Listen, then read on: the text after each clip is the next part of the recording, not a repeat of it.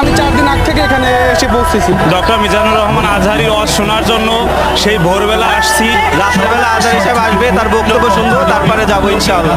আজহারি সাহেব আসবে সেই মাহফিলে আমি সকাল 8টা থেকে অপেক্ষা করছি, এখনো পর্যন্ত বসে আছি তার মাহফিল শোনার জন্য। আসবে আবার ফিরে বাংলার ঘরে ঘরে ইসলামের বাণী নিয়ে আল আজহার। আমাদের প্রভু এক নবীর উম্মত, জীবন বিধান এক ঐশী বাণী কোরআন।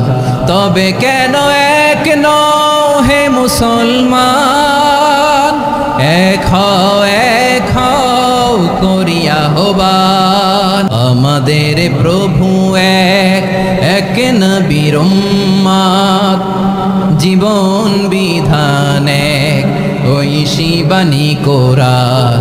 তবে কেন